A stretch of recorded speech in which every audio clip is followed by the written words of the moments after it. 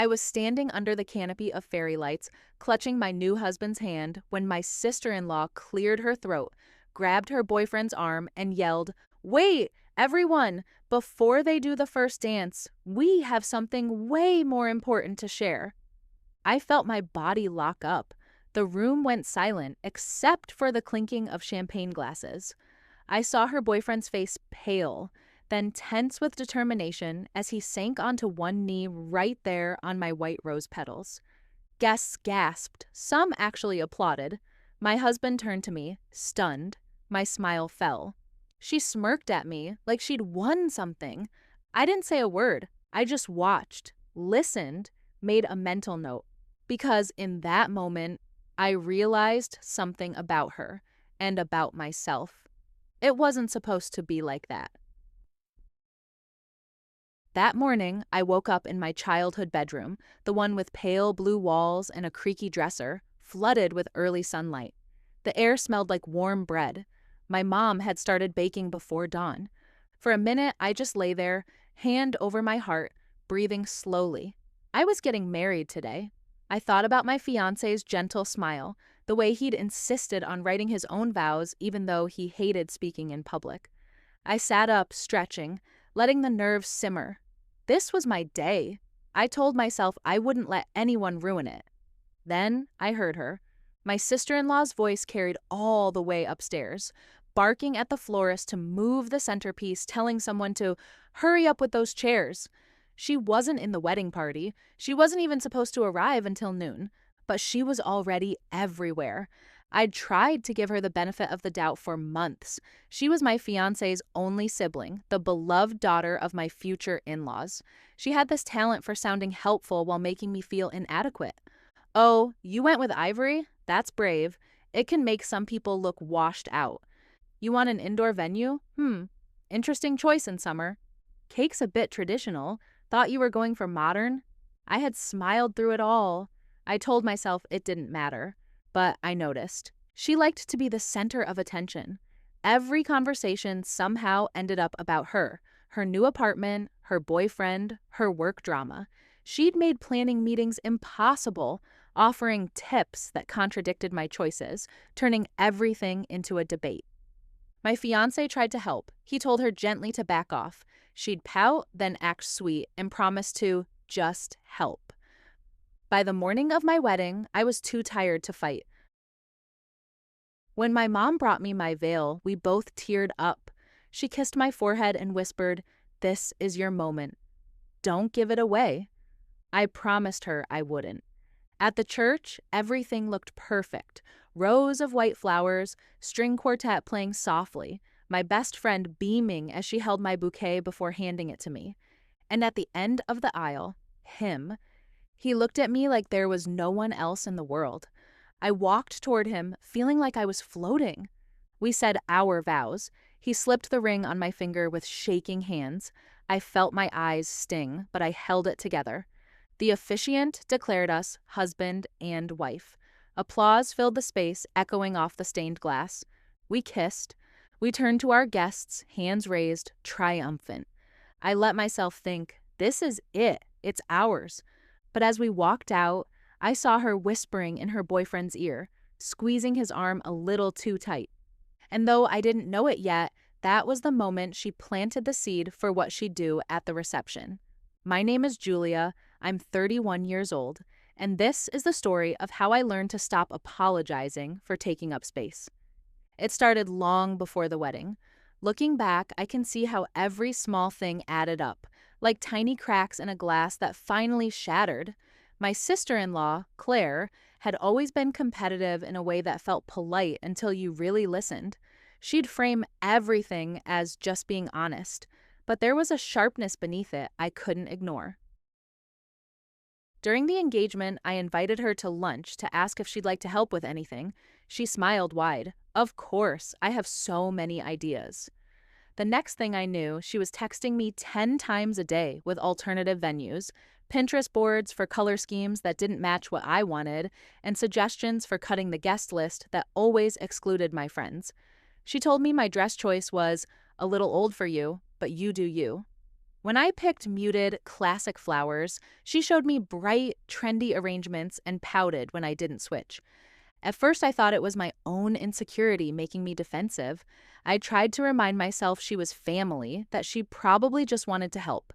But there were moments I couldn't explain away, like the time she offered to mail the invitations for me, then accidentally left half of them in her car for weeks. Or when she told our future mother in law that she thought I was overly sensitive and wanted everything perfect, but didn't know how to handle stress. My fiance, David, saw it too. He tried to talk to her a few times. He'd come back looking exasperated, rubbing his temples. She just doesn't see it, Julia. She acts like she's doing you a favor. I told him not to worry about it, that it wasn't worth fighting over. I just wanted to get through planning without turning it into a family feud. But the tension kept building. The week of the wedding, Claire called me to double check my seating chart. She told me she'd been fixing it because she thought it wasn't balanced. She'd moved my best friend to the far corner and placed her own friends at the center. When I told her politely to use the version I'd sent, she sighed loudly and said, "I just want this to be nice. You don't have to be so controlling." The day before the wedding, at the rehearsal dinner, she gave a toast. She was supposed to keep it short. She wasn't even part of the formal lineup of speakers. But she grabbed the mic, beamed at David, and launched into a 5-minute story about their childhood that somehow made fun of me at every turn. She's so organized, she makes spreadsheets for everything, even her emotions. She laughed, glancing around the room, waiting for approval. People chuckled politely. I swallowed my wine and tried not to show anything on my face. David squeezed my hand under the table. Afterward, she hugged me. "I hope you know I'm just teasing. You're going to make such a thorough wife." Her smile was so wide it looked like it hurt. I told her it was fine. I always told her it was fine. But I felt the pressure behind my ribs, the ache in my chest from holding it in. My mom noticed. That night, she sat next to me on my childhood bed, brushing my hair the way she used to when I was little.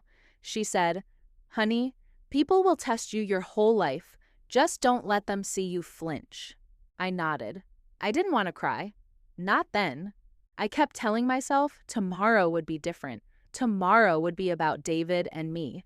The morning of the wedding, I did everything to keep calm.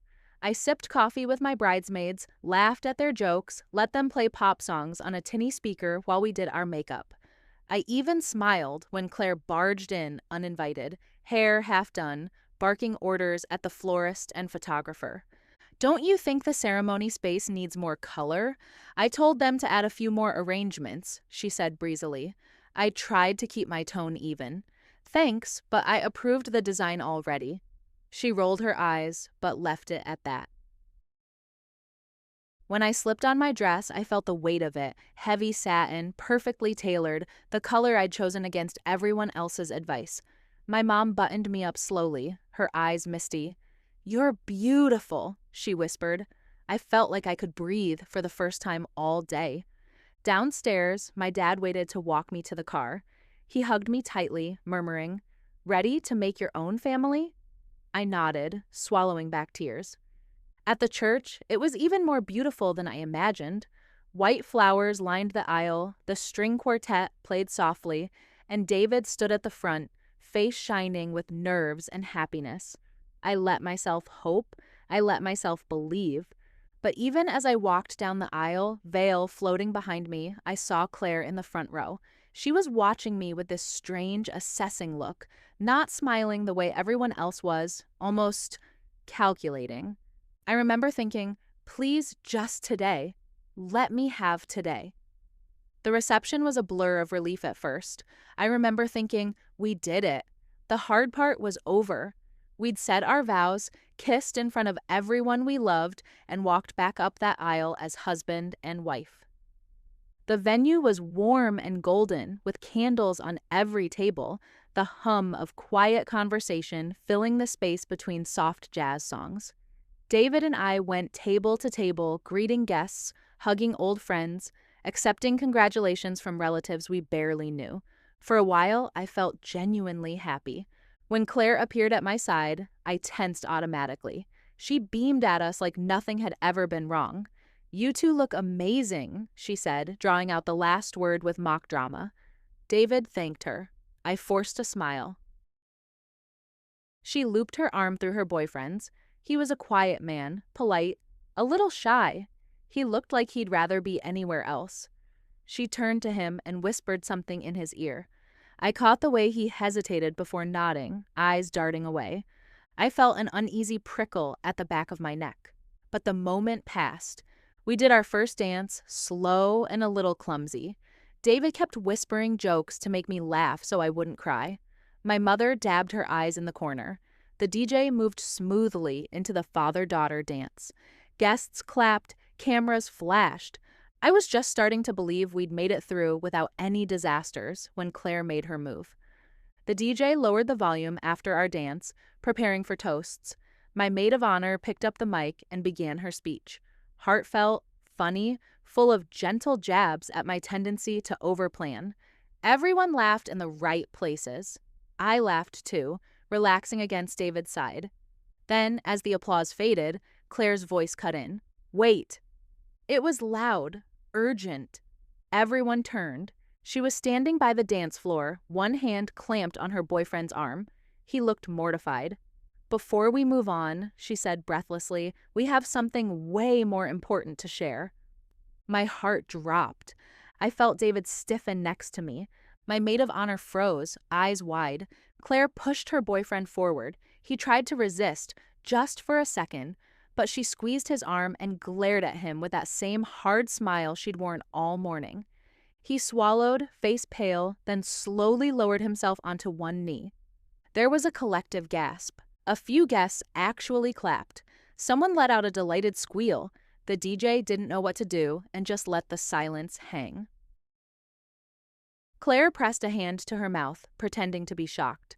"Oh my God," she squeaked, voice theatrical. "I can't believe it." He fumbled out the ring. Voice shaking, he asked her to marry him. She screamed, "Yes!" and threw her arms around his neck. Flashes went off from cameras.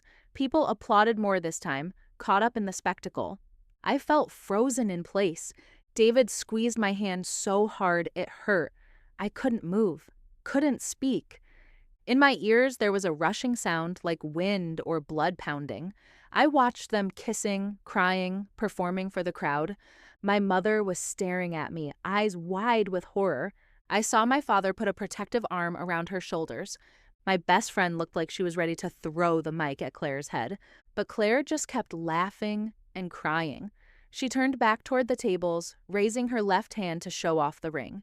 She beamed at me, as if daring me to say something. I felt like I was underwater.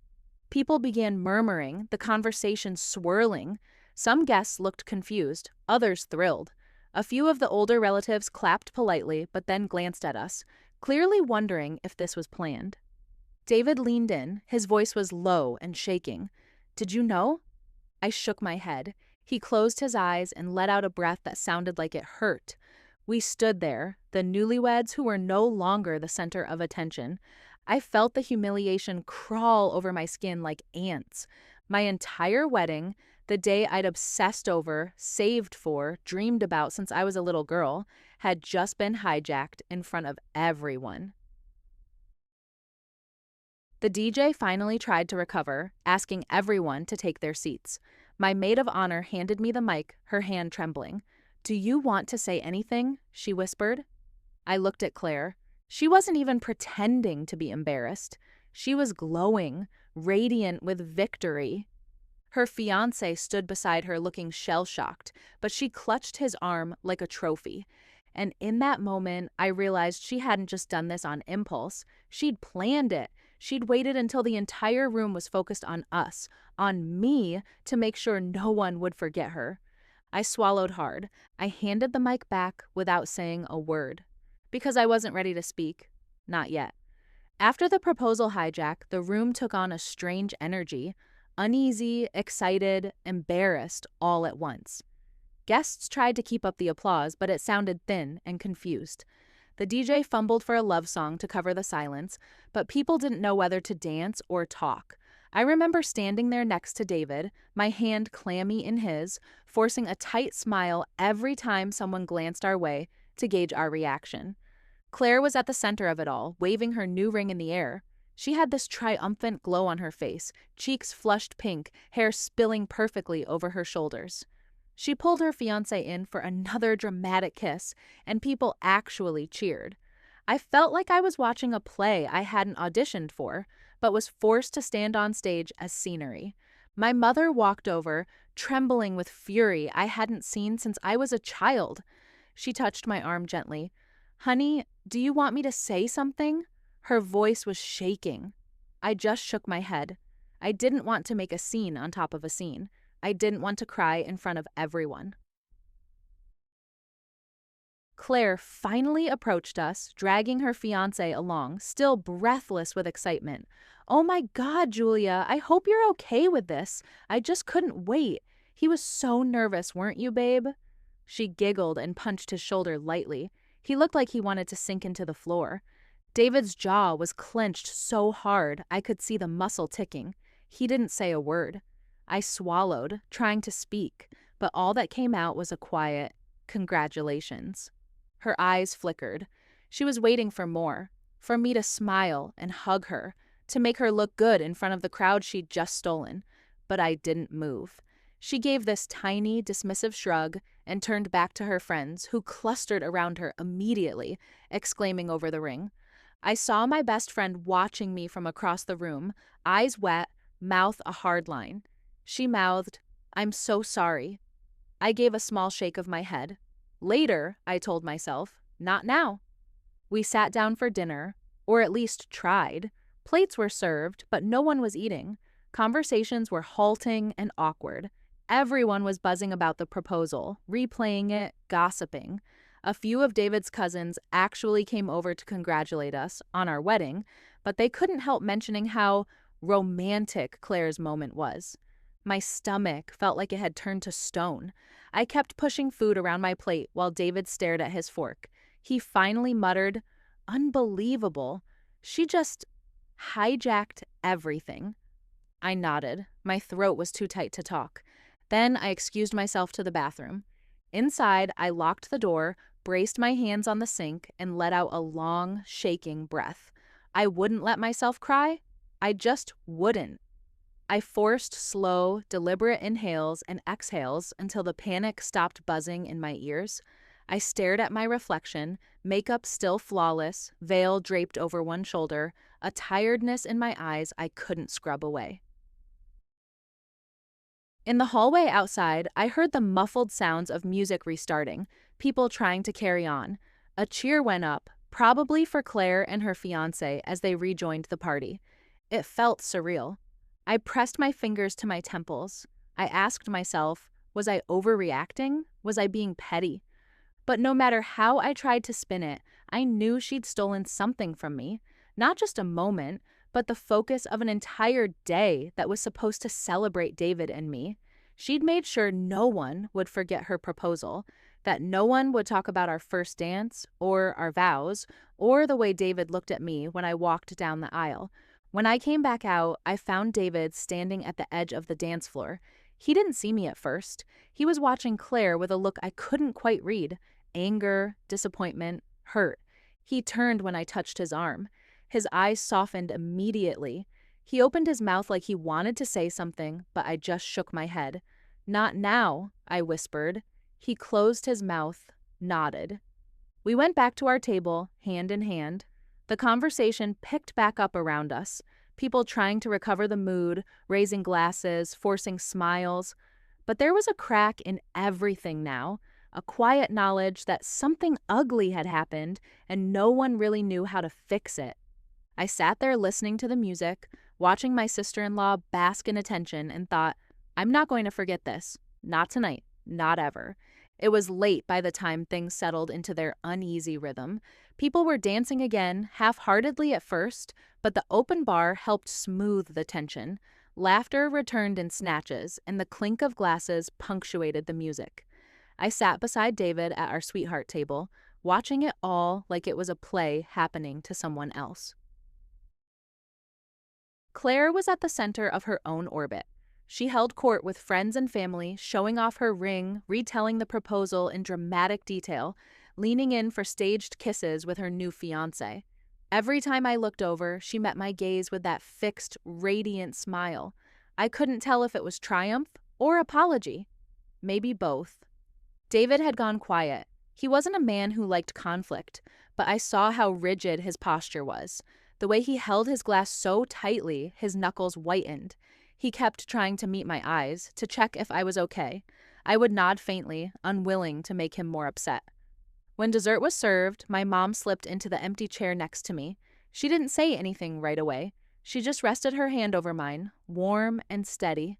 "I'm so sorry," she whispered. I stared at the chocolate mousse in front of me. "It's not your fault."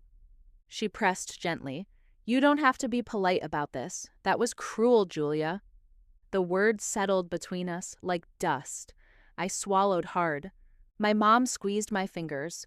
"Don't let this define your memory of today. It's still your wedding." I almost laughed at that. Still mine? The irony burned. But I didn't want to make her feel worse. I took a deep breath and forced my voice to be calm. "I just want it to be over."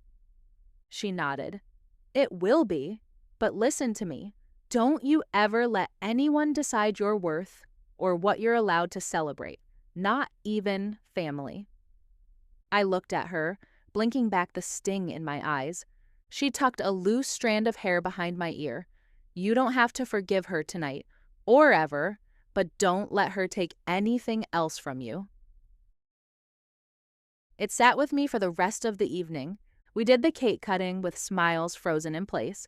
Guests politely snapped photos. A few tried to joke about the double engagement vibe to lighten things. I laughed where I was supposed to, my mouth dry. After a while, David and I snuck outside for air. The patio was strung with tiny white lights, flickering in the wind. He wrapped his jacket over my shoulders and held me close. "I'm sorry," he murmured into my hair. "I didn't think she'd do anything like that." "I know," I said quietly. He pulled back enough to look me in the eye. "I should have stopped it, or said something." I shook my head. She would have found another way, or another time. We stood in silence, listening to muffled music and the buzz of laughter from inside. Then David said, voice low and steady, "We don't have to just let this go." I turned to him, searching his face. He continued, carefully choosing his words. "You don't have to forget it happened, but you don't have to stay silent either." I nodded slowly, feeling the cold seep out of me, replaced by something clear and sharp. That was the moment I decided. Not out of spite. Not because I wanted to humiliate her in return, but because I refused to be someone who swallowed anger until it curdled into regret. If Claire wanted to make the night unforgettable, I would make sure people remembered the real reason we'd gathered. I'd waited my whole life for this day. I wouldn't let anyone take it from me completely. By the time we went back inside, the reception had settled into that last messy stretch of the evening when people were tipsy and the schedule fell apart. The DJ was playing crowd pleasers. Guests danced in uneven clusters. Some older relatives had left early, complaining of the late hour, but most stayed, unwilling to miss whatever else might happen. I sat at our table with David, feeling a heavy calm settle over me. It wasn't anger exactly, more like purpose. I watched Claire hold court with her friends, all of them buzzing over her ring. Her fiancé looked drained, trying to smile for photos. I let the scene sink in. The bright lights, the leftover cake on plates, the white roses crushed on the dance floor. I remembered the vows David and I had spoken only hours before, words that felt almost buried beneath the noise. David leaned closer. "You okay?" I nodded slowly. "Yeah, I am." He studied me carefully, recognizing the tone in my voice. He didn't argue or try to talk me out of whatever I was planning. He just gave my hand a squeeze. After the bouquet toss, the DJ called for final toasts. A few people had already slurred their way through informal speeches. I saw Claire step forward, ready to grab the mic again, but I stood first.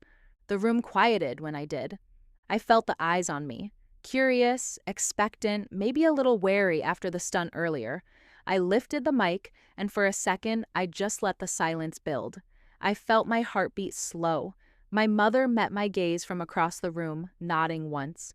I spoke clearly, calmly. My voice didn't shake.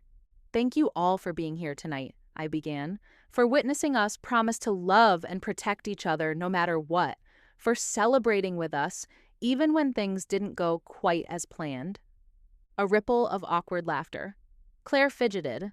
I smiled, but it wasn't wide, just enough to keep the tone steady.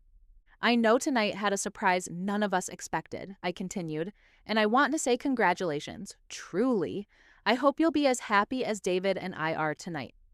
I saw her expression shift, triumph cooling into confusion. "But since tonight seems to be the night for sharing big news," I added, my voice quiet but firm, "I hope you'll indulge me one more announcement." The room held its breath. David slid his arm around my waist. I placed my free hand over my belly, feeling the warmth there. "We're expecting," I said softly but clearly, "baby coming in March."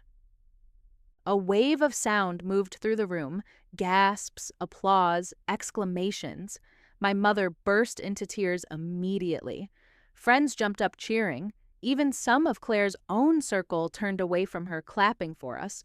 I saw cameras flash, glasses raised, and I saw Claire. Her face was frozen for half a beat. Then she forced a smile that didn't reach her eyes. She clapped stiffly, the ring on her finger catching the light. Beside her, her fiancé blinked rapidly, not quite sure what to do. I handed the mic back to the DJ without another word. David kissed my temple and whispered, "That was perfect." We stood there together while the crowd came toward us. I hugged my crying mother. My best friend squeezed my hand so hard it hurt. People wanted to know how long we'd known, how I'd kept it a secret.